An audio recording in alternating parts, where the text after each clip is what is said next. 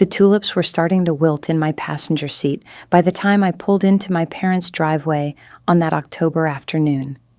I had driven nearly 2 hours from Charlotte to their modest colonial house in the quiet town of Ashford, the same house where I had grown up counting the cracks in the ceiling of my childhood bedroom. My mother loved tulips, particularly the pink and white ones that reminded her of the gardens her own mother had kept in rural Pennsylvania. I had stopped at 3 different florists to find the perfect arrangement, settling on a bouquet that cost me $47, money I could barely afford to spend, given how tight things had become since Nathan lost his job at the engineering firm 6 months ago. My name is Rebecca Hartwell, and at 43 years old, I thought I understood my family. I thought I knew the rhythms of our relationships, the unspoken rules that governed our interactions, the love that I believed tied us together despite our differences. My parents, Kenneth and Patricia, had raised my younger sister Hannah and me in this house, filling our childhood with the ordinary struggles and small joys that make a family. Nothing extraordinary, nothing dramatic, just the steady accumulation of birthdays and holidays and Sunday dinners that stitched our lives together. Hannah had always been the favorite. I knew this the way you know the color of your own eyes, so fundamental that it rarely occurred to me to question it. She was born 5 years after me, the surprise baby who arrived when my mother had nearly given up hope of having another child. From the moment she entered this world with her rosebud mouth and her father's dark curly hair, Hannah was adored in a way that made my own place in the family feel slightly displaced, like furniture rearranged to make room for something new and more precious. I do not say this with bitterness, or at least I did not think I did until that October afternoon. I had made my peace with being the responsible one, the daughter who remembered birthdays without reminders, who drove 2 hours for visits, who called every Sunday evening at 7 o'clock sharp. Hannah was the charming one, the spontaneous one, the one whose occasional phone calls were celebrated like unexpected gifts, while my consistent presence was taken for granted like running water or electricity. Nathan and I had been married for 18 years. We had tried for children, endured 3 miscarriages that left invisible scars neither of us talked about anymore, and eventually accepted that our family would remain just the 2 of us. Our marriage was solid in the way of houses that have weathered many storms, perhaps not as bright and shiny as it once was, but sturdy and reliable. When he lost his job, we adjusted. I picked up extra shifts at the accounting firm where I had worked for 15 years. We cut back on dinners out, canceled our streaming subscriptions, and learned to find contentment in simpler pleasures. My parents did not know about Nathan's job loss. I had not told them because I knew exactly how my mother would react, with that particular mixture of pity and superiority that made me feel like I was 12 years old again, being lectured about my grades while Hannah was praised for a finger painting stuck to the refrigerator. Some things I simply kept to myself, building small walls of privacy that protected my dignity. The driveway needed repaving, I noticed as I parked behind my father's silver Buick. Cracks spiderwebbed across the concrete, filling with fallen leaves that nobody had bothered to sweep. My parents were 72 and 70 years old, respectively, and I had been worrying about their ability to maintain the house. They had talked vaguely about selling it someday, moving to one of those retirement communities where someone else handled the yard work and the roof repairs, but someday had a way of never arriving, and the house showed the signs of deferred maintenance that came with age and declining energy. I gathered the tulips and the small box of chocolates I had also brought, Belgian truffles that were my father's secret weakness. The October air carried the smell of wood smoke from a neighbor's chimney, and for a moment I stood there in the driveway, just breathing. There was something peaceful about coming home, even now, even with all the complicated feelings that accompanied these visits. This was where I had learned to ride a bicycle, where I had cried over my first heartbreak, where I had walked down the front steps on my wedding day with my father's arm linked through mine. I walked toward the front door, my sensible flats crunching on gravel that had scattered onto the walkway. The door was painted red, the same shade it had been since I was a teenager, though the paint was peeling now around the edges. Through the front window, I could see the living room was empty, the television dark. They were probably in the kitchen, I thought. My mother spent most of her afternoons there, stationed at the worn wooden table with her crossword puzzles and her endless cups of tea. That is when I heard the voices. I had reached the side of the house where the kitchen window faced the garden. The window was cracked open, letting in the autumn air that my mother always insisted was good for clearing out the staleness. I stopped walking without quite deciding to, frozen by something in my father's tone that I had never heard before. "Don't worry," he was saying, his voice carrying clearly through the opening. "All the inheritance will go to you, and your sister is going to pay for everything. We'll make her pay." The tulips trembled in my hands. For a long moment, I could not process what I had heard, could not make the words form into meaning. My father's voice, so familiar, so trusted, speaking about me as if I were not his daughter, but some kind of enemy to be conquered. But what if she finds out before we're ready? Hannah's voice, younger and more anxious, recognizable, despite the years since I had last heard her speak about anything important. She's always been suspicious of everything. You know how she is, always keeping track, always asking questions. "She won't find out," my mother said, and her voice was the one that finally broke something inside me. My mother, who had held me when I cried over those miscarriages. My mother, who had called me her rock, her responsible girl, her steady Rebecca. She trusts us completely. That's always been her weakness, you know. She wants so desperately to believe that we love her the same as Hannah. It makes her blind. I stood there among my father's neglected rose bushes, holding wilting tulips and Belgian chocolates, and felt my entire understanding of my life shift beneath my feet like tectonic plates grinding against each other. The air seemed to thicken around me, making it hard to breathe. My heart hammered against my ribs with such force that I was certain they must be able to hear it through the open window. But they kept talking, oblivious to my presence, and each word was another knife sliding between my ribs. "The house will go to Hannah, of course," my father continued, "and the savings accounts, the investment portfolio, everything we've built. Rebecca has her job, her husband. She doesn't need anything from us. But you, sweetheart, you've struggled so much. The divorce, losing the house, all those difficulties. You deserve this." "And the plan with the loans?" Hannah asked. "You're sure she'll agree to co-sign?" My mother laughed, a sound I had heard 1,000 times, but never quite like this, with an edge of calculation that transformed it into something unrecognizable. "Of course she will. Rebecca never says no to family. That's what makes this so perfect.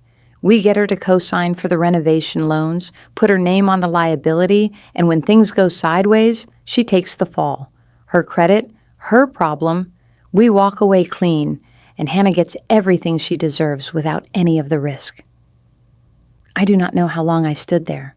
Time seemed to suspend itself, leaving me floating in a moment of perfect crystalline pain. The tulips hung forgotten in my grip, their petals brushing against my coat. Somewhere in the distance, a dog barked. The normal world continued its ordinary rotations, while my world stopped spinning entirely. When I finally moved, it was with the careful precision of someone walking through a minefield. I backed away from the window, placing each foot deliberately, making no sound. The chocolates and flowers I left on the doormat, unable to bring myself to knock, to pretend I had not heard, to smile and embrace people who were planning to destroy my financial life while leaving me with nothing but the crumbs of their supposed love. I drove the 2 hours back to Charlotte in a state of numb shock. The highway stretched before me, familiar exits passing unnoticed, my hands operating the steering wheel with mechanical competence while my mind replayed those words over and over. Your sister is going to pay for everything. We'll make her pay. She trusts us completely. That's always been her weakness. Nathan was in the garage when I pulled into our driveway, tinkering with an old lawnmower that probably could not be fixed but gave him something to do with his hands during the long, unemployed days. He looked up when my car door slammed, his kind face creasing with concern at whatever he saw in my expression. "Becca? What happened? Are your parents okay?" I walked past him into the house without answering, my legs carrying me to the small home office where I kept our financial records. Behind me, I heard Nathan following, his questions becoming more urgent, but I could not stop to explain. Not yet, not until I had done what needed to be done. Our savings account held $17,342. It was not a fortune, but it represented years of careful budgeting, of skipped vacations and second-hand furniture, of compound interest accumulating penny by penny. It was our emergency fund, our safety net, the cushion that let me sleep at night, knowing we could survive 6 months if everything went wrong. My parents knew about this account. My mother had helped me set it up, in fact, when I was in my 20s. And just learning about financial responsibility, she had access to view the balance, a relic of those early days when I had wanted her approval, her guidance, her maternal oversight of my adult decisions. With trembling fingers, I opened my laptop and navigated to my bank's website. The interface was familiar, the same login screen I had seen hundreds of times. But today, it felt different. Today, it was a portal to a new reality, one where I could no longer trust the people I had trusted most. I opened a new account at a different bank, one my parents had never heard of, one whose statements would come to a post office box instead of our home address. The process took 20 minutes that felt like hours, verifying my identity, setting up security questions with answers nobody in my family would guess. When it was done, I transferred every penny from our joint savings into this new account, watching the numbers change with a mixture of fear and grim satisfaction. Nathan found me at the desk, tears streaming down my face, my hand still hovering over the keyboard. "Rebecca, you're scaring me. What is going on?" I told him. I told him everything, the words pouring out in a flood that I could not have stopped if I had wanted to. His face went through transformations as I spoke, from confusion to disbelief to a cold anger that I had rarely seen in my gentle husband. They actually said that? Those exact words? I heard them, Nathan. I heard my own father say they were going to make me pay. I heard my mother call my trust a weakness. They're planning to have me co-sign loans and then default, destroy my credit while they give everything to Hannah. He pulled a chair next to mine and sat down heavily, running his hands through his graying hair. God, Becca, I always knew they favored Hannah, but this is something else entirely. I transferred the money, I said. All of it. They don't know about the new account. They can't touch it. Nathan nodded slowly, his engineer's mind already working through the implications. That's good. That's smart. What else do they have access to? Credit cards? Investment accounts? We spent the next 3 hours going through every financial document we had, tracing the tendrils of my parents' involvement in my monetary life. It was more extensive than I had realized. My mother's name was on an old savings bond that had been a gift for my high school graduation. My father was listed as an emergency contact on a retirement account I had started in my 30s. Little threads that I had never thought to sever because why would I? They were my parents. They loved me. Except they did not. Or at least, not in the way that word was supposed to mean. They loved what I could do for them, what I could provide for Hannah, what they could extract from my misplaced loyalty. That was not love. That was exploitation, wearing a loving mask. The following weeks were strange and disorienting. My parents called on Sunday evening as usual, and I answered, my voice carefully controlled, giving nothing away. My mother asked why I had not come in for my visit, and I invented a story about Nathan coming down with a stomach bug. She clucked sympathetically and moved on to the usual topics, her health complaints, my father's golf game, the neighborhood gossip that she collected like trading cards. Not once did she mention the inheritance conversation I had overheard. Not once did she bring up the plans they had been making. She was perfectly, convincingly normal, the loving mother I had always believed her to be, and the disconnect between that voice and the one I had heard through the kitchen window made me feel slightly insane. Hannah called a week later, which was unusual enough to set my nerves on edge immediately. My sister and I spoke perhaps 4 times a year, always briefly, always superficially.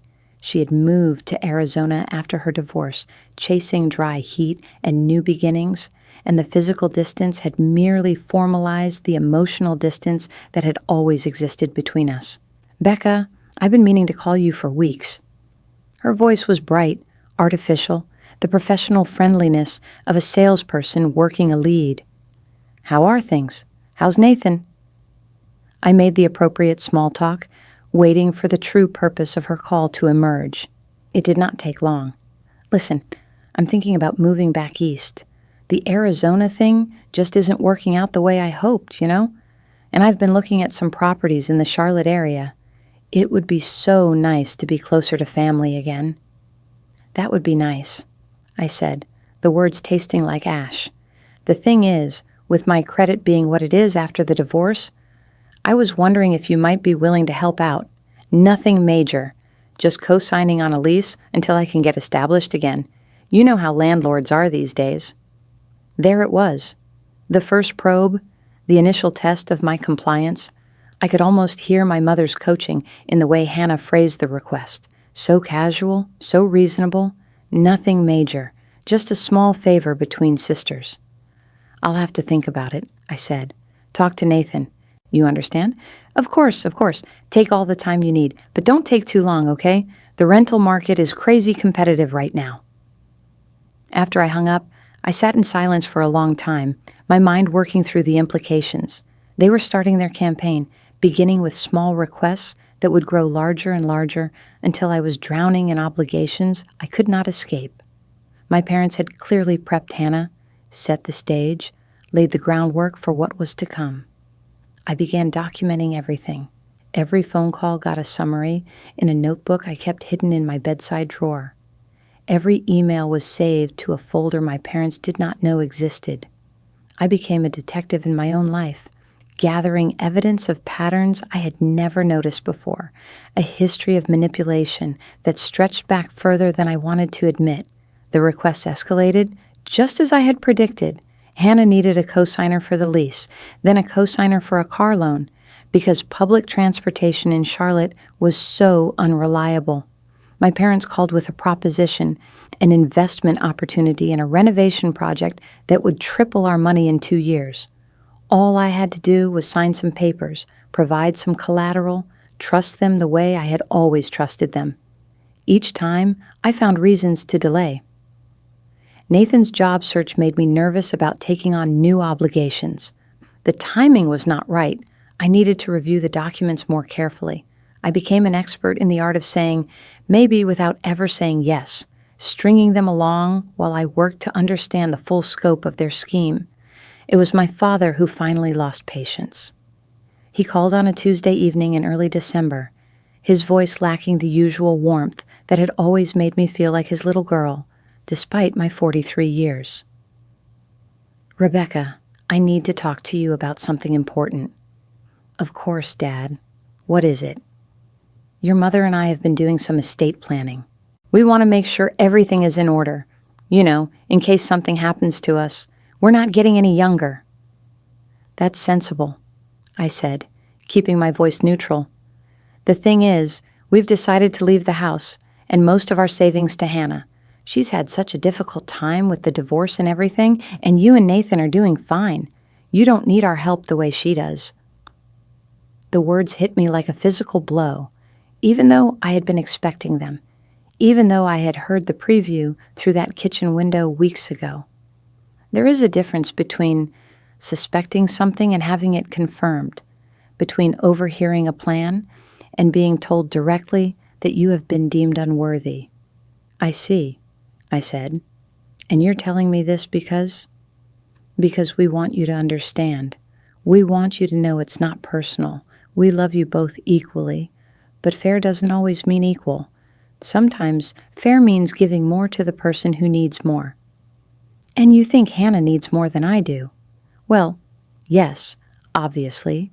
You've always been the strong one, Rebecca. You don't need us. Hannah does." The logic was so twisted, so perfectly designed to make me feel guilty for my own competence, that I almost admired it.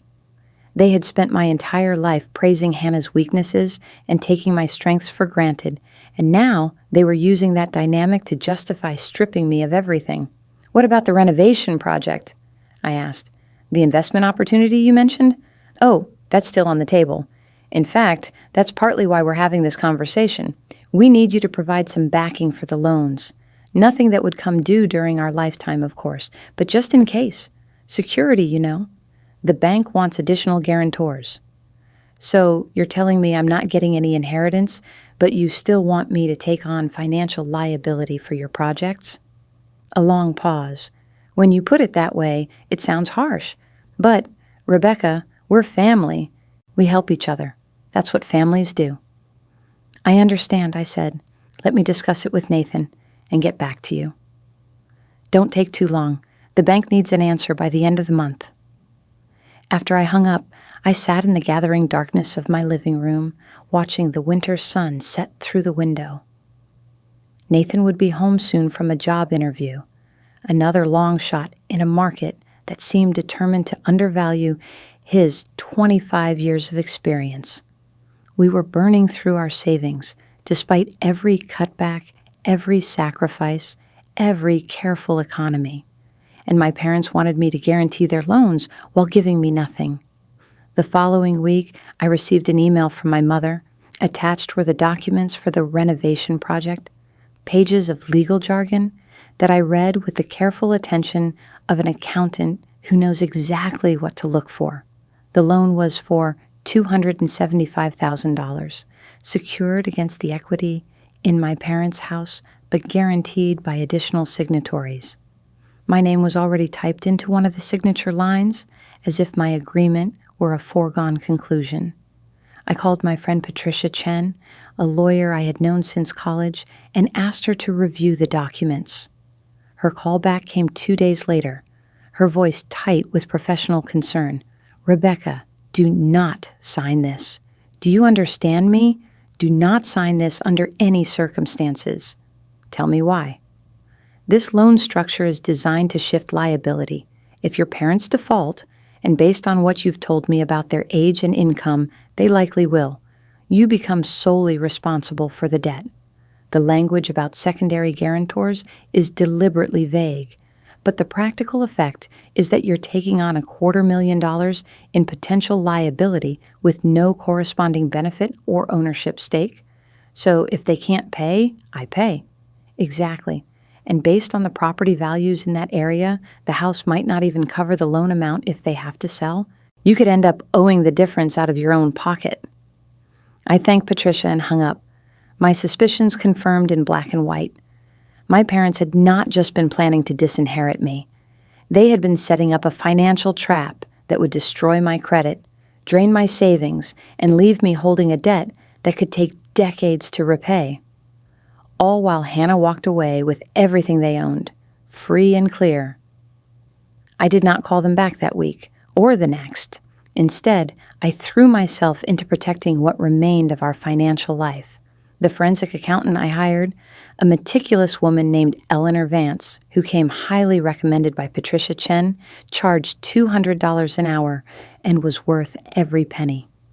She sat across from me at her cluttered desk in a downtown office building, her reading glasses pushed up on her head, and explained in precise detail exactly how exposed I was. Your parents have been using your Social Security number for credit applications since at least 4 years ago, she said, pointing to a spreadsheet that made my stomach turn. I've identified 7 credit cards opened in your name with a combined credit limit of over $60,000. 3 of them have been maxed out. The payments have been made on time, barely, which is why nothing showed up on your credit report as delinquent. But the debt is real, Rebecca, and legally, it's yours. How is that possible? Wouldn't I have received statements, applications for approval? Eleanor shook her head, her expression sympathetic but professional. They used your parents' address for the billing. All the mail went there. You would never have seen any of it unless you specifically requested your full credit report, which most people don't do regularly. I thought about all those Sunday visits, all those hours sitting at my mother's kitchen table while she sorted through piles of mail I had never thought to question. Had she been hiding bills addressed to me? Intercepting statements that should have raised alarms? There's more, Eleanor continued. The business loans are the most serious issue. I've found 3 separate loans totaling over $400,000, all guaranteed by someone using your identity.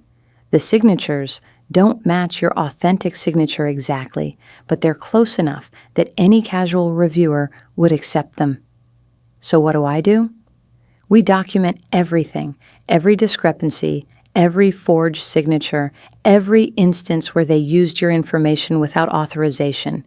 Then we go to the authorities. The word authorities hung in the air between us, heavy with implications. Going to the authorities meant police reports, investigations, potentially criminal charges against my own parents. The thought made me physically ill, but the alternative was worse.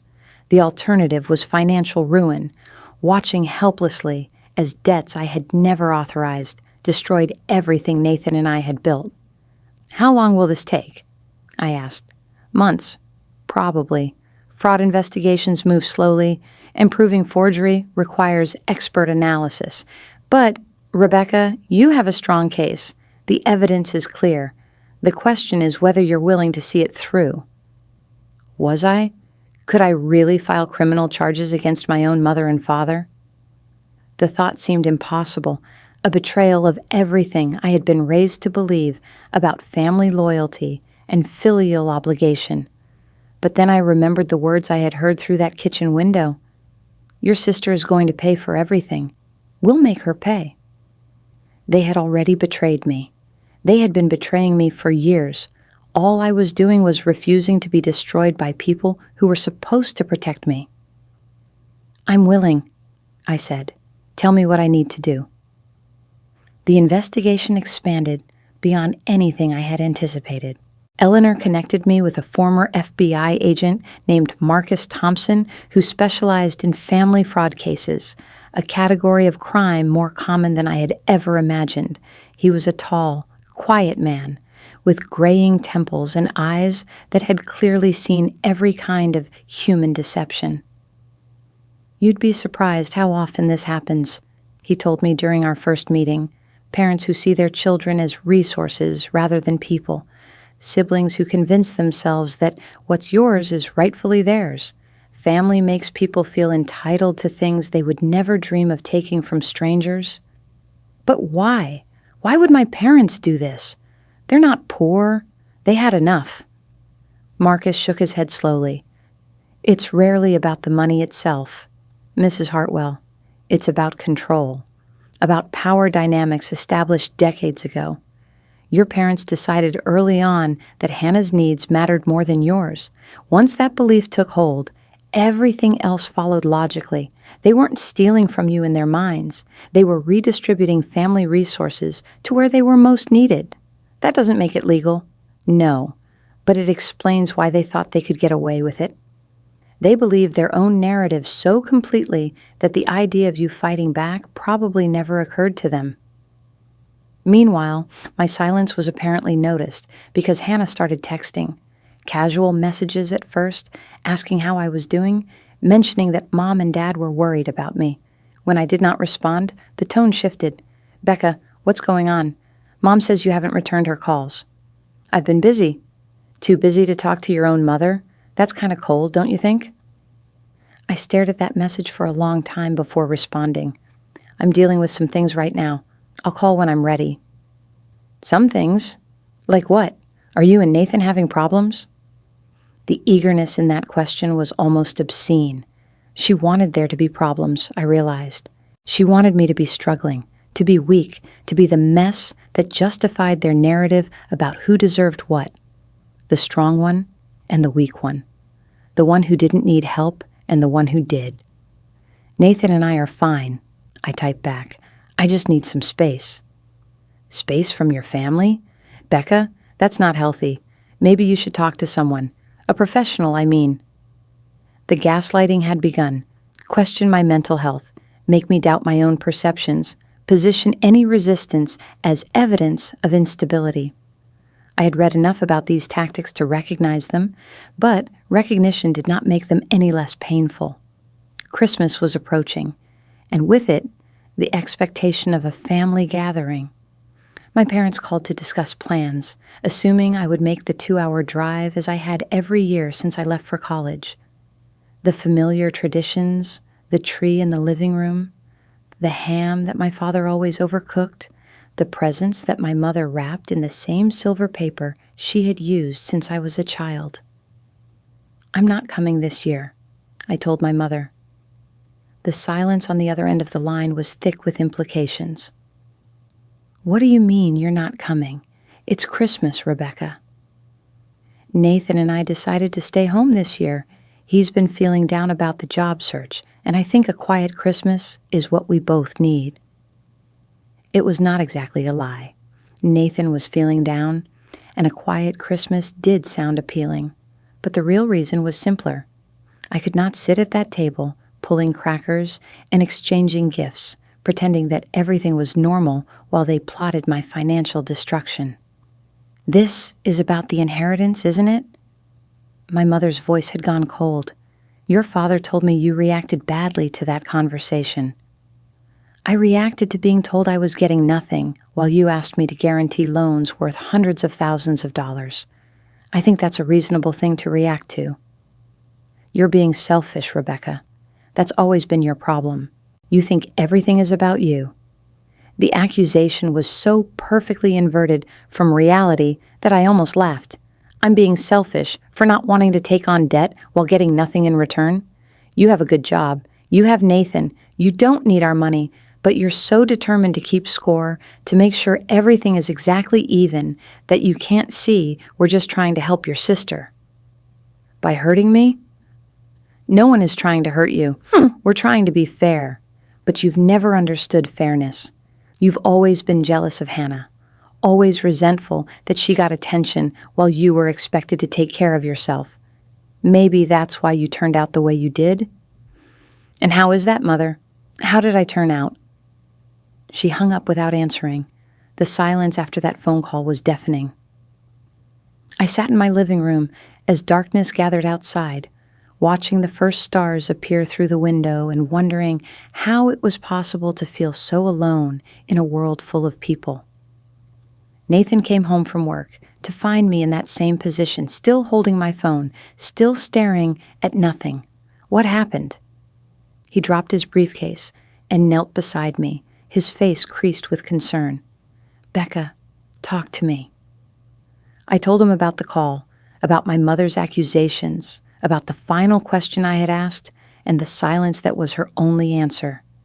He listened without interrupting, his hand warm on my knee, and when I finished, he was quiet for a long moment. "You know none of that is true, right?" he finally said. "You've never been jealous of Hannah. You've spent your entire life trying to have a relationship with her, despite everything. If anyone has been selfish, it's them. All of them." I know. Logically, I know. But hearing my own mother say those things about me. Is her trying to manipulate you? One last attempt to make you feel guilty for protecting yourself. Nathan stood and pulled me up with him, wrapping his arms around me in a hug that I desperately needed. You are the kindest, most generous person I have ever known, and I will spend the rest of my life reminding you of that if I have to."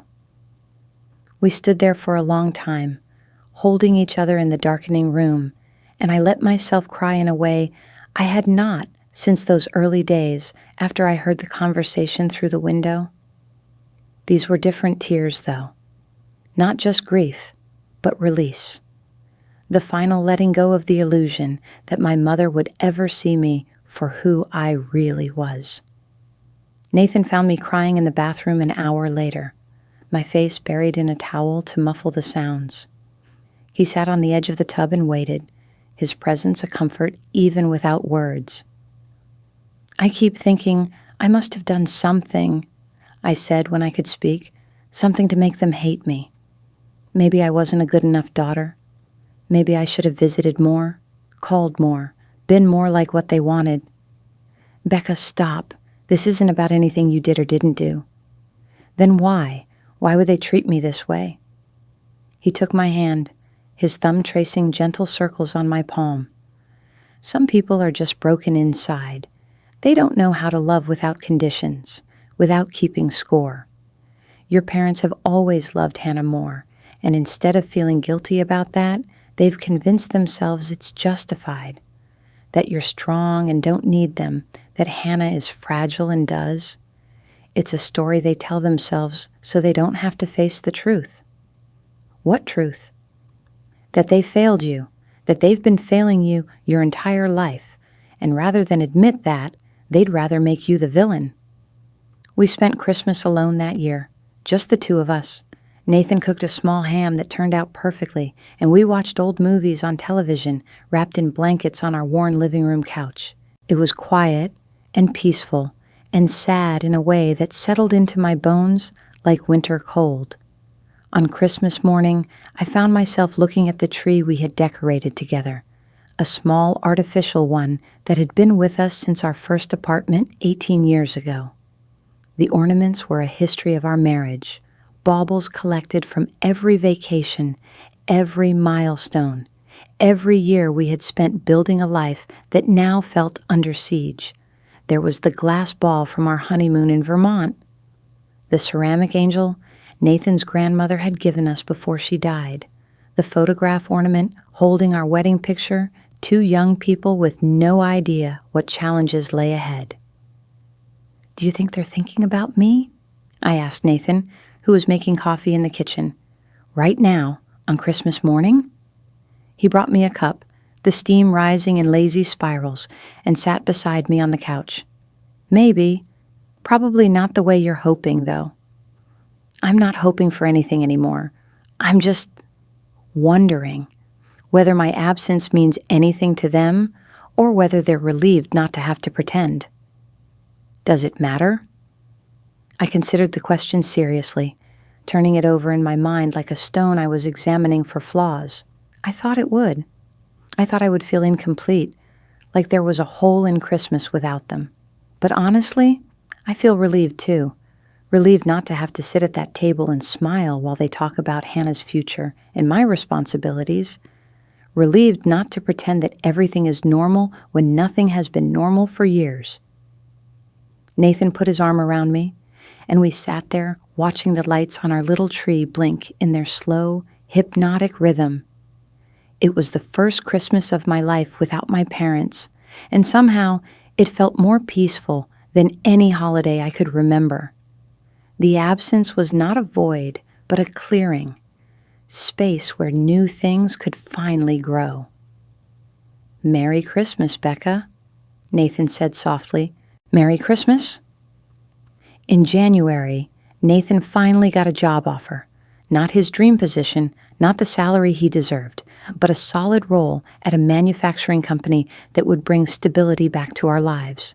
We celebrated with a bottle of wine we could barely afford, toasting to new beginnings and second chances.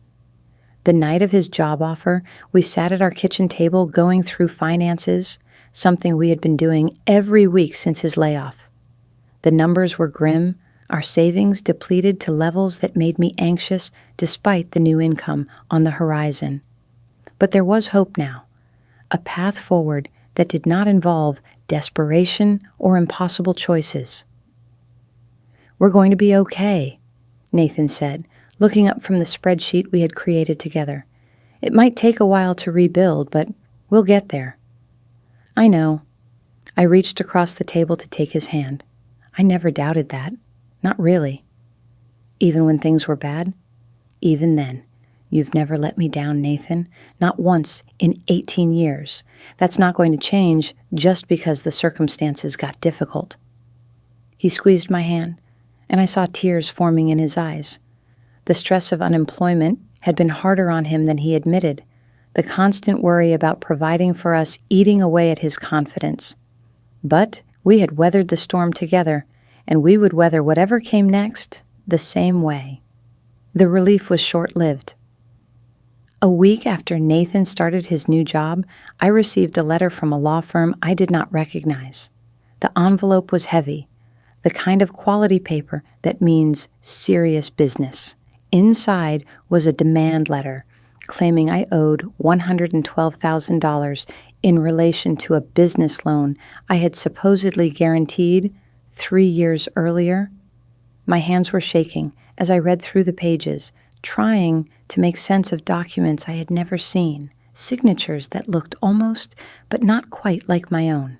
Someone had forged my name on guarantee agreements, used my social security number, created a paper trail that made me legally responsible for debts I had never authorized. I knew immediately who was responsible. The loan had been taken out by a company called Sunrise Renovations, LLC, with my father listed as the managing partner. The documents showed that I had supposedly guaranteed the loan at a signing that had taken place while I was actually in Charlotte, working at my desk, hundreds of miles from the notary who had certified my signature. I called Patricia Chen again, my voice trembling with a mixture of fury and fear. They forged my signature. My own parents forged my signature on loan documents. Can you prove you weren't there? Receipts, work records, anything that shows you were in Charlotte when this signing supposedly happened? I think so. Yes, I can get records from my office, credit card statements, probably even cell phone data that shows my location. Get all of it, everything you can find. This is fraud, Rebecca. Criminal fraud. I know they're your parents, but what they've done could send them to prison. The investigation took weeks. I gathered evidence obsessively, building a case file that documented every lie, every manipulation, every instance where my parents had used my name and trust for their own benefit. Patricia connected me with a forensic handwriting expert who confirmed that the signatures on the loan documents were not mine, that they showed clear signs of having been traced from legitimate examples. I requested copies of the original loan applications and found that my mother had provided them with personal information I had shared over the years without a second thought. My social security number, which she had known since I was a baby. My driver's license number, which I had given her once when she needed to add me to her insurance policy. The security questions I used for banking, answers she could have guessed because they were based on family history she had helped create. The picture that emerged was devastating. My parents had been systematically exploiting my trust for years, using my good credit and reliable income as leverage for their own schemes, while positioning Hannah to inherit everything once they were gone. The renovation company was a shell, the projects largely fictional, the money flowing into accounts I could not trace. I had been their cash cow, their safety net, their responsible daughter who could always be counted on to sign whatever papers they put in front of her. Except this time, I had not signed. They had signed for me. In February, I made a decision that would change everything. I filed a police report documenting the fraud, providing copies of every document I had gathered, every piece of evidence that proved my parents had stolen my identity and forged my name on financial documents. The officer who took my statement was sympathetic but cautious. "You understand what you're doing, ma'am? These are your parents. This goes forward. They could face serious charges." "I understand." "And you're willing to testify? To go to court and say that your own mother and father committed fraud against you? Yes. The word felt heavy leaving my mouth, weighted with the death of every illusion I had ever held about my family. But it also felt right, in a way that nothing had felt right in months. I was done being the victim, done absorbing the consequences of their schemes, done pretending that blood obligation required me to accept my own destruction. The detective assigned to my case was a woman named Sergeant Marilyn Cross, a 20-year veteran with kind eyes and an efficient manner. She reviewed my documentation with growing incredulity, shaking her head as she flipped through pages of forged signatures and fraudulent loan applications. Mrs. Hartwell, in all my years of fraud investigation, I've rarely seen a case this well documented. You've done half our work for us. I had help. A forensic accountant, a lawyer. They told me what to look for. Smart. Most victims don't think clearly enough to gather evidence before reporting. They're too shocked, too hurt. But you... She looked at me with something like respect. You prepared for battle before declaring war. I didn't have a choice. They were destroying my life. I couldn't just let it happen. Sergeant Cross nodded slowly. No, I don't suppose you could? Tell me, Mrs. Hartwell, when did you first realize something was wrong? I told her about the October afternoon, about the tulips and the kitchen window and the words that had shattered my understanding of my own family. She listened without interrupting, taking notes in a small leather notebook, her expression neutral but attentive. So you didn't confront them immediately, she said when I finished. No, I was in shock at first. And then I realized that confrontation wouldn't help. They would just deny everything, make me feel crazy for questioning them. I needed proof before I could act. That restraint probably saved your case, Sergeant Cross said. If you'd confronted them, they might have covered their tracks, destroyed documents, created alibis. Your silence gave us the opportunity to catch them unprepared.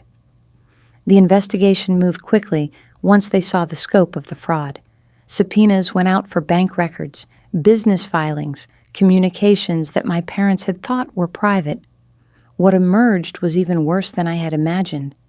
The scheme had been running for almost 5 years, starting small, with credit cards opened in my name and escalating to the business loans that had finally exposed them. Hannah was not just a beneficiary, but an active participant, her bank accounts showing deposits that corresponded with loans supposedly guaranteed by me. The family home was mortgaged to the hilt, the equity stripped out through a series of transactions that had been laundered through various shell companies. My parents had not just been planning to disinherit me. They had already stolen more than $300,000 using my identity, money that had flowed through their hands and into investments and properties held in Hannah's name. The confrontation came on a Saturday in March, on my parents' doorstep, where I had stood with wilting tulips just 5 months earlier. This time, I was accompanied by 2 police officers and a representative from the fraud investigation unit. My mother opened the door with a smile that froze on her face when she saw who was standing behind me. Rebecca, what is this? Kenneth and Patricia Morrison, you're under arrest for identity theft, fraud, and forgery. You have the right to remain silent. My father appeared behind my mother, his face going pale, as the officers stepped forward with handcuffs. Rebecca, what have you done? How could you do this to your own family? I didn't do anything to you, I said, my voice steady despite the trembling in my chest. You did this to yourselves. You stole my identity. You forged my name. You tried to destroy my life so you could give everything to Hannah. Did you really think I would never find out? We were trying to help you, my mother said, tears streaming down her face as the cuffs clicked around her wrists. You don't understand. The money was always meant to come back to you eventually. We just needed to move some things around, restructure some debts. It was all going to work out. $300,000, I said. That's what you stole from me. That's what you took while telling me I didn't need anything, that Hannah deserved everything because she was struggling. She was struggling because you were funneling money to her through accounts opened in my name. My mother's face contorted through a rapid series of expressions, fear and anger, and something that looked almost like shame, before she settled on righteous indignation. You're making a terrible mistake, Rebecca. When this is all over, you're going to regret destroying your family for money. I didn't destroy anything. You did. The moment you decided to forge my signature on the first loan document, you destroyed this family. I'm just refusing to pretend it never happened. The officers led them to the waiting patrol cars, their neighbors watching from porches and windows. Decades of carefully maintained respectability crumbling in plain view. Mrs. Patterson, who lived across the street with her garden gnomes, stood on her lawn with her hand over her mouth, her shock visible even from a distance. I stayed to watch the house being secured, yellow crime scene tape stretching across the door where I had received so many welcome home hugs over the years. The rose bushes where I had hidden that October afternoon looked different now, bare and winter dead, their thorny branches reaching toward the gray sky like skeletal fingers. "Are you all right?" Sergeant Cross asked, appearing beside me. "I don't know," I admitted. I thought I would feel something definite, victory or grief or relief, but I just feel empty. "That's normal," she said gently. "This kind of betrayal takes time to process. The emotional reactions will come, probably when you least expect them.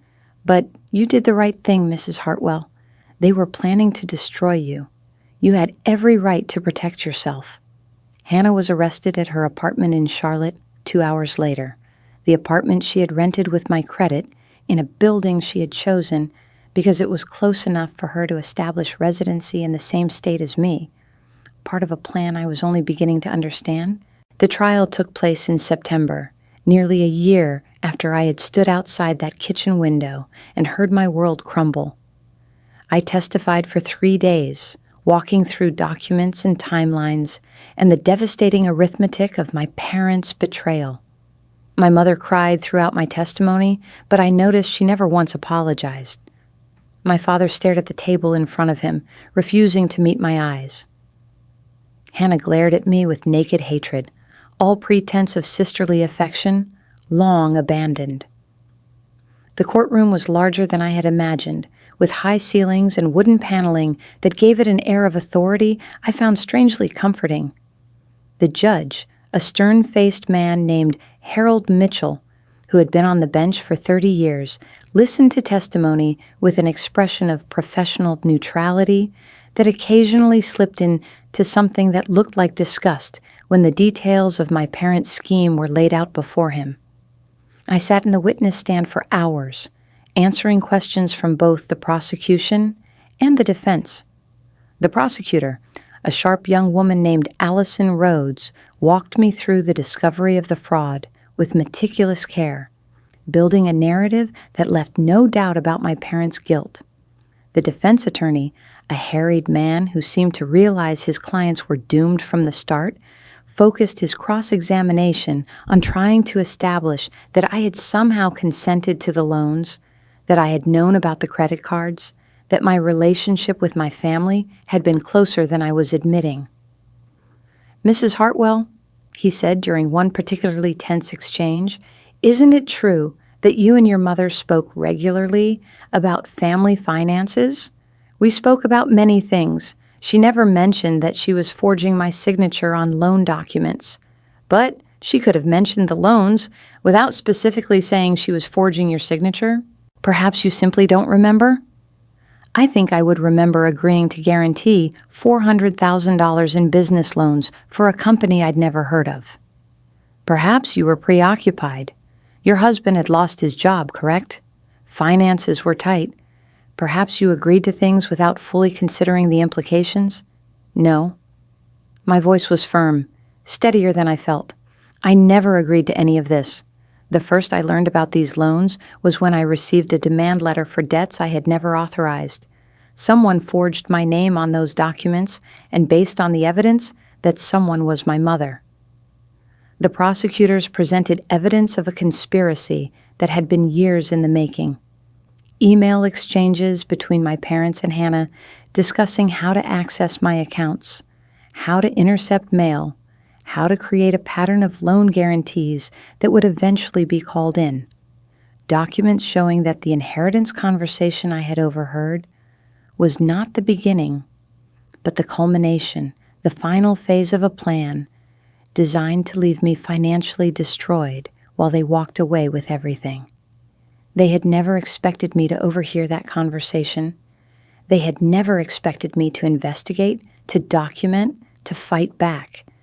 In their minds, I was still the responsible daughter, who would always do what was expected, who would sign whatever papers they presented, who would absorb the consequences of their schemes because that was what family did. But I had learned something in those months of investigation and preparation, something that changed how I understood my place in the world. Being strong did not mean being a doormat. Being responsible did not mean being responsible for the damage other people chose to cause. And being family did not mean accepting abuse.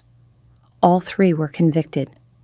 My parents received sentences of 5 to 7 years for their roles as the primary architects of the fraud. Hannah received 3 to 5 years for her participation and for lying to investigators about her knowledge of the scheme. The judge called it one of the most elaborate family fraud cases she had ever seen, a betrayal that struck at the very foundations of trust that make families possible.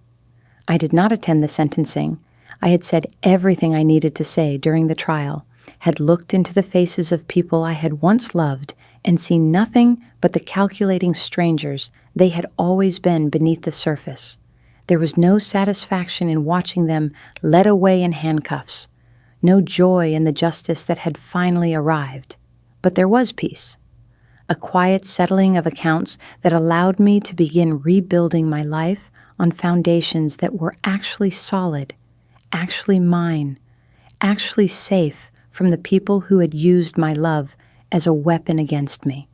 The months after the trial were a time of reconstruction, both financial and emotional. With the convictions came restitution orders, and slowly the money that had been stolen began to find its way back to me.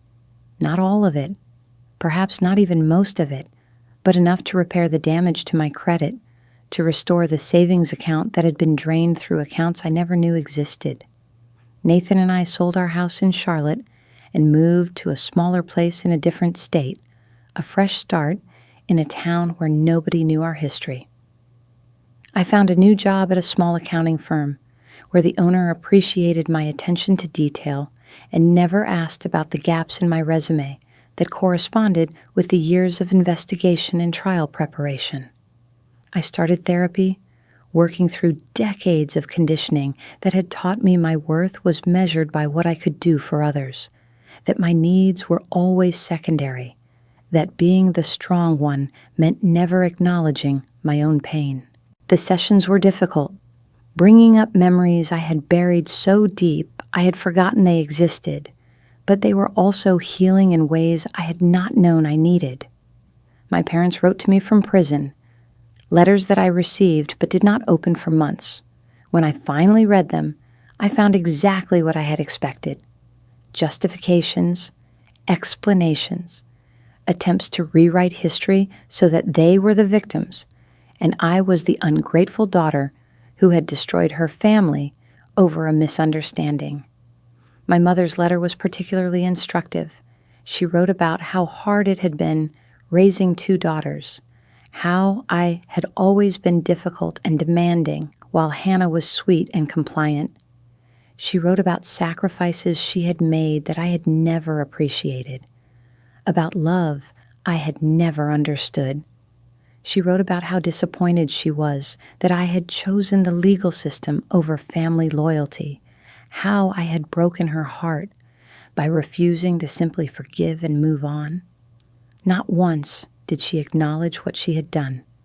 Not once did she admit that the fraud was wrong, that the theft was criminal, that I had every right to protect myself from people who had been systematically destroying my life. In her telling, she was still the loving mother, and I was still the ungrateful child. Only now, the ungrateful child had developed sharp enough teeth to bite back. I wrote her back one time, a letter of 3 sentences that I labored over for 2 weeks. I forgive you for not loving me the way I needed to be loved. I do not forgive you for stealing from me, for lying to me, and for trying to destroy my life.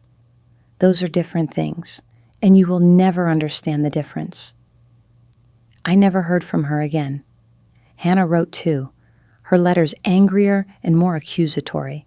She blamed me for everything, for her divorce, for her financial problems, for the prison sentence that had interrupted her life. In her mind, I was the villain who had refused to play my assigned role, the selfish sister who had chosen her own welfare over the family that needed her. You had everything, she wrote in one letter I still remember, the good husband, the stable job, the responsible life. Was it really so hard to share? Was it really so impossible to help your own sister when she was struggling? You let them put me in prison over money, Rebecca. Money that was never really yours anyway. Mom and Dad earned that money. They had the right to decide where it went. I did not write back to Hannah. There was nothing I could say that would penetrate the wall of entitlement she had built around herself. No argument that would make her see that what they had done was not asking for help, but committing crimes. She would serve her time and emerge unchanged, still believing that she was the victim and I was the persecutor, still waiting for someone else to fix her problems. 2 years after the trial, I received news that my father had died in prison. A heart attack, the notification said, sudden and unexpected. He was 75 years old, serving year 3 of his 7-year sentence, and he died among strangers in a prison infirmary. I felt less than I expected to feel. Sadness, yes, but distant, muffled by the layers of self-protection I had built in the years since that October afternoon. The man who died was not the father I had believed I had, the loving dad who taught me to ride a bicycle and walked me down the aisle at my wedding. That man had never really existed. The real Kenneth Morrison was the one who had forged my name on loan documents, who had told me I was not getting any inheritance while asking me to guarantee debts that would destroy my financial life, who had sat at a kitchen table and plotted with his wife and younger daughter about how to make me pay. I did not attend his funeral. I learned later that only a handful of people showed up. Old friends from his golf club who had not followed the trial closely enough to understand what he had done. Hannah was not allowed to attend because of her own incarceration. My mother, released early for good behavior, stood alone at the graveside of the husband she had married 50 years earlier. I heard she cried. I hope she did. I hope she cried for the family she helped destroy, for the daughter she pushed away, for the lifetime of love she traded for money that was never hers to take. But probably she cried only for herself, for her own losses, for the life that had not worked out the way she planned. Nathan and I celebrated our 20th wedding anniversary quietly, with a dinner at home and a bottle of wine from a local vineyard. We talked about the future, about growing old together, about the small garden we were planning for the backyard of our new house. We talked about the volunteer work I had started doing with an organization that helped victims of identity theft, using my experience to guide others through the maze of documentation and investigation that follows such violations. "Do you ever regret it?" Nathan asked, his hand warm in mine across the table. "Turning them in? Going through the trial?" I thought about the question seriously, as I always did when it came up. "No," I said finally. "I regret that it was necessary. I regret that they were the kind of people who would do what they did. But I don't regret protecting myself." I don't regret refusing to be destroyed, even knowing how it would end, especially knowing how it would end, because the alternative was letting them continue, letting them take everything while I smiled and pretended not to notice. That was never really an option, even before I knew what they were doing. I just didn't understand that until I heard them through that window. The anniversary dinner was interrupted by a phone call from a number I did not recognize. I almost let it go to voicemail, but something made me answer. "Is this Rebecca Hartwell?" "Speaking." "Mrs. Hartwell, this is David Chen from the Office of Victim Advocacy. I'm calling about your mother, Patricia Morrison. She's been trying to contact you through official channels, and she's asked us to reach out as an intermediary." My stomach tightened. I'm not interested in contact with her. "I understand, ma'am, but she's quite ill. The doctors are saying she has perhaps 6 months. She's asking to see you before she dies." I looked across the table at Nathan, who was watching me with quiet concern. "I'll think about it," I said. "That's all I can promise." But I already knew my answer. The nursing home where my mother was spending her final months was clean and quiet, the kind of place that smelled of disinfectant and resignation. She had been released from prison early because of her diagnosis, transferred to medical custody that eventually became this slow decline in a facility paid for by the state. I almost did not recognize her when I walked into her room. The woman in the hospital bed was shrunken and pale, a fraction of the robust matriarch who had dominated my childhood. Her hair was thin and gray, her skin papery and loose against bones that seemed too prominent beneath the institutional blankets. "Rebecca." Her voice was barely more than a whisper. "You came." I sat in the chair beside her bed, keeping a careful distance that she noticed immediately. Her eyes, still sharp despite everything, tracked the space between us. "You look good," she said. "Healthy. Happy even." "I am happy." "With Nathan?" "Yes, we just celebrated our 20th anniversary." She nodded slowly, her gaze drifting to the window where gray autumn light filtered through thin curtains. "I wanted to apologize," she said, "before I die. I wanted you to know that I'm sorry." "For what?" The question seemed to catch her off guard. She turned back to face me, confusion flickering across her features. "For everything. For how things turned out. For the misunderstanding." "There was no misunderstanding, Mother. You stole my identity. You forged my signature. You took hundreds of thousands of dollars and tried to leave me responsible for debts I never authorized. Those are not misunderstandings. Those are crimes. We were trying to help Hannah. You have to understand, she needed so much more than you did. She was struggling, and you were always so capable, so together. It seemed only fair." "Fair." The word tasted bitter in my mouth. "You destroyed my credit, risked my financial future, and lied to me for years because you thought it was fair to give everything to Hannah while making me pay for it. You didn't need our help. You never did. I needed parents who loved me, who didn't see me as a resource to be exploited, who didn't plan my destruction while smiling at Sunday dinners." My voice cracked, despite my determination to remain calm. "I needed you to see me as your daughter, not as collateral." My mother was crying now, thin tears tracking down her sunken cheeks. "I did love you, Rebecca. I still love you. Everything we did was because we loved Hannah, not because we didn't love you." "That's not how love works, Mother. You don't get to love one child by destroying another. You don't get to claim affection while committing crimes. If you could just try to understand, if you could see things from our perspective." "I do understand," I said, standing up from the chair. "That's the worst part. I understand exactly how you justified it to yourselves, how you convinced yourselves that I was strong enough to take the abuse while Hannah was too fragile to survive without stealing from me. I understand that you never saw me as a person with my own needs and fears and vulnerabilities. I was just the responsible one, the steady one, the one who could always be counted on to absorb whatever damage you needed to inflict. I understand all of it, and I forgive you." Her eyes widened. "You do?" "I forgive you because holding on to that anger was hurting me more than it was hurting you. I forgive you because I refuse to let what you did define the rest of my life.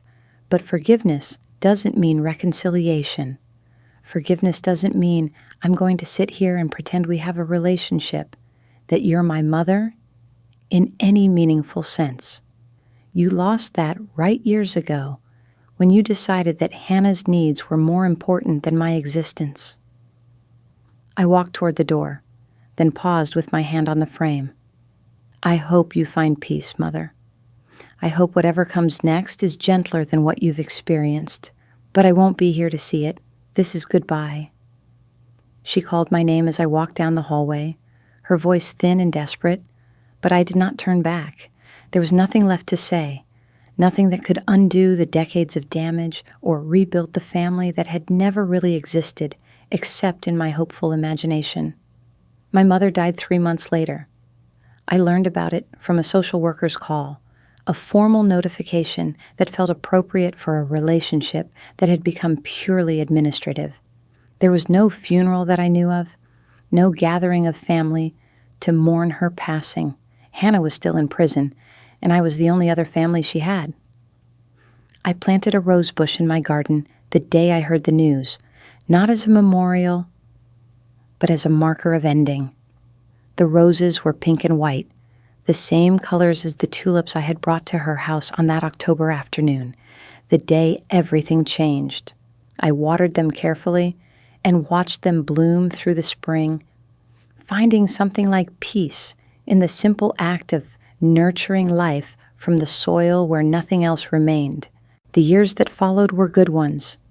Nathan's career recovered and eventually thrived. We traveled to places we had always talked about visiting, Greece and Ireland, and the national parks out west that we had seen only in photographs. We built a life that was genuinely ours, free from the shadow of my family's expectations and manipulations. I continued volunteering with the Identity Theft Advocacy Organization, eventually joining the board and helping to expand their services to reach more victims. There was something healing about using my experience to help others, about transforming the worst thing that had ever happened to me into something that could make a difference for people facing the same betrayal. The work was harder than I had expected. Each case I helped with brought back memories of my own ordeal, the fear and confusion and profound sense of violation that comes from discovering that the people who should have protected you were the ones doing the damage.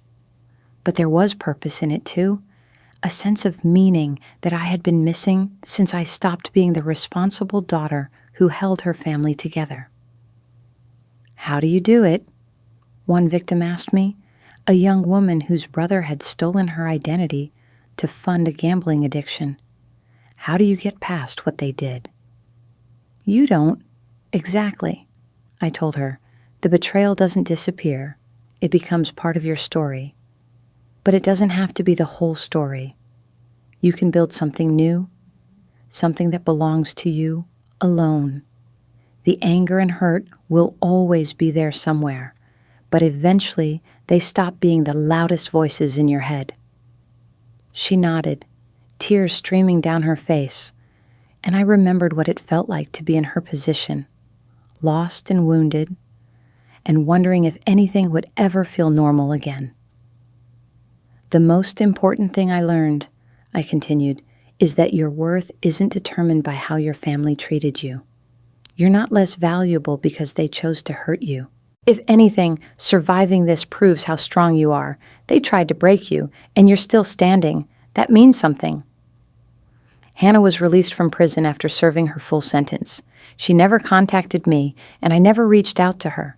Sometimes I wondered what had become of her, whether she had found her way to something better or continued down the same destructive path. But mostly, I did not think about her at all. She had become a chapter in my past, closed and finished, relevant only as a reminder of how far I had traveled from the person I used to be. On my 50th birthday, Nathan threw me a surprise party with friends from our new life, people who knew nothing of my history except that I was kind and reliable and quick with a joke. I looked around the room at faces filled with genuine affection, at the life I had built from the ashes of the one that was taken from me, and felt something I had not expected to feel: gratitude. Not for what my family had done, never that, but for the strength I had found in response, for the person I had become through surviving their betrayal, for the clarity that comes from finally understanding who you can and cannot trust. I was grateful for Nathan, who had stood beside me through everything, for the friends who had come into my life when I most needed connection, for the work that gave my suffering meaning and purpose. I thought about that October afternoon, about standing among the rose bushes with wilting tulips in my hands, about the words that had shattered my world. All the inheritance will go to you, and your sister is going to pay for everything. We'll make her pay. They had tried to make me pay, and for a while it seemed like they might succeed, but they had not counted on the fact that the responsible daughter, the steady one, the one who could always be counted on, was also capable of fighting back. They had mistaken my kindness for weakness, my patience for passivity, my love for blindness. That was their mistake, their fatal miscalculation. What they found out later was that the daughter they had dismissed and exploited and planned to destroy was stronger than they ever imagined.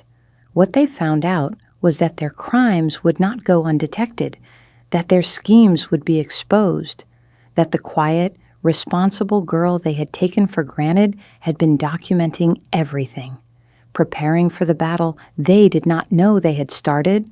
What they found out, in courtrooms and prison cells and nursing home beds, was that actions have consequences, even when the victims are family, even when you believe your position gives you the right to take whatever you want, even when you convince yourself that your calculations of fairness justify any crime. They found out that some things cannot be stolen, that integrity cannot be forged, that the trust they betrayed was never theirs to abuse. And in the end, they found out that the inheritance they were so eager to control was worthless compared to what they lost. They lost a daughter who had loved them despite everything. They lost a sister who would have helped if only they had asked honestly. They lost the family they claimed to be protecting, destroyed by the very schemes they designed to preserve it. I still have the original documents from those fraudulent loans stored in a fireproof safe in my home office. Sometimes I take them out and look at the forged signatures, so close to mine but not quite right, and think about the people who created them. I think about my mother sitting at her kitchen table, practicing my handwriting until she could fool a notary. I think about my father filing paperwork with my name on it, believing he would never be caught. I think about Hannah waiting for the money to flow, confident that her inheritance was secure. They were wrong about everything. About me, about themselves, about the nature of family and love and obligation.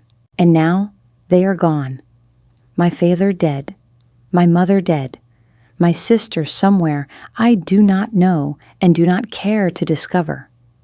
I am the only one left standing, the responsible daughter who refused to be responsible for their crimes. Some nights, when sleep is slow to come and the darkness invites reflection, I think about forgiveness. Not the forgiveness I offered my mother in that nursing home room, which was real but limited, a letting go of anger that did not require reconciliation. I think about deeper forgiveness, the kind that might allow me to remember the good times without pain, to think about my childhood without the overlay of betrayal that now colors every memory. I am not there yet. Perhaps I never will be, but I am closer than I was, And that is enough. The journey from that October afternoon to today has been long and difficult and sometimes unbearable, but I have traveled it. I have survived. I have found my way to something like peace. And when I tend my rose bushes in the spring, watching the pink and white blooms open toward the sun, I think about new beginnings, about the life that is possible when you stop waiting for people to love you properly and start building something based on reality rather than hope, about the strength that comes from facing the worst and choosing to continue anyway. They wanted to make me pay. In the end, they paid the price themselves. And I learned that sometimes the most powerful inheritance is not money or property or any material thing. It is the knowledge of who you are and what you are willing to accept. That is what they found out later, that I was not the daughter they thought they knew, that I was something more, something stronger, something they never bothered to see. And by the time they understood, it was far too late.